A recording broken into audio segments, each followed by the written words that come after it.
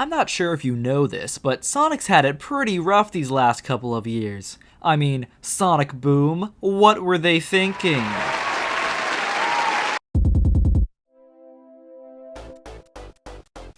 So over the last couple of months, I've been painfully aware of the Sonic movie's existence. I guess you could call me a bit of a Sonic fan.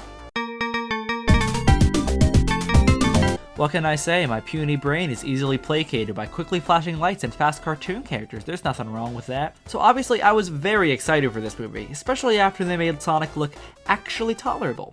It took a couple tries, but you did it. Nice work. Great job. Then Valentine's Day came and the movie was released. I went into the theater expecting to walk out with my own Amy Rose, but alas, I wasn't so lucky. I only came back with a surprisingly decent movie. I wouldn't call it a masterpiece or anything, but Sonic the Hedgehog was definitely entertaining all the way through. Just as a heads up, don't go into this movie expecting some epic story filled with references and lore to the Sonic extended universe. Outside of the first 5 minutes, there isn't much exploration on Sonic's backstory or where he came from. It's really about a human that teams up with a funny little blue dude. And I was actually surprised by how much I was enjoying the dynamic between the two characters, and I was shocked to find that I felt sympathy for someone that started out looking like this. Part of the movie was about Sonic dealing with loneliness and how his isolated lifestyle leaves him friendless, which is somewhat, existential.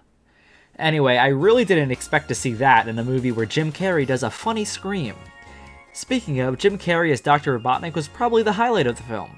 This Robotnik isn't the bumbling professor from the games, it's just Jim Carrey doing Jim Carrey stuff, and it's kind of hilarious. Except when he forgot to say Pingus, but I guess we can't always be perfect. Okay, I'm going to talk spoilers for a bit, so skip to this part of the video if you don't want to hear it. I think the best part of this movie was the first 5 minutes. Immediately you get a bunch of questions and you want to see them answered. Green Hill Zone seems to be populated with Sonic whizzing by a village.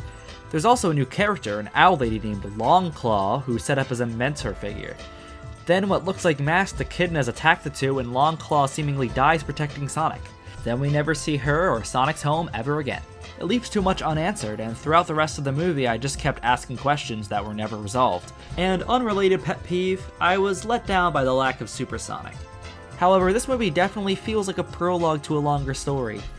The two post-credit scenes showing a vengeful Dr. Robotnik and the sudden appearance of Tails gives me hope that the next movies will tie up a lot of loose ends with Sonic's story. Also, I really want to know if Tails got a redesign similar to Sonic before the movie came out. So yeah, there's not much else to say except that Sonic the Hedgehog is a pretty entertaining movie. I definitely recommend it to anyone who is a fan of the franchise, or even to people who don't know what a Sonic is. Personally, I was a little disappointed by the lack of distinct Sonic elements outside of Green Hill Zone and Sonic himself, but there's a ton of hints towards future sequels, so it's not a big deal to me. And with the movie's financial success, I'm sure we'll see another Sonic movie in a couple of years. Until then though, I'll just be playing Sonic 2. I gotta be caught up on my Sonic lore, after all. Snooping as usual, I see.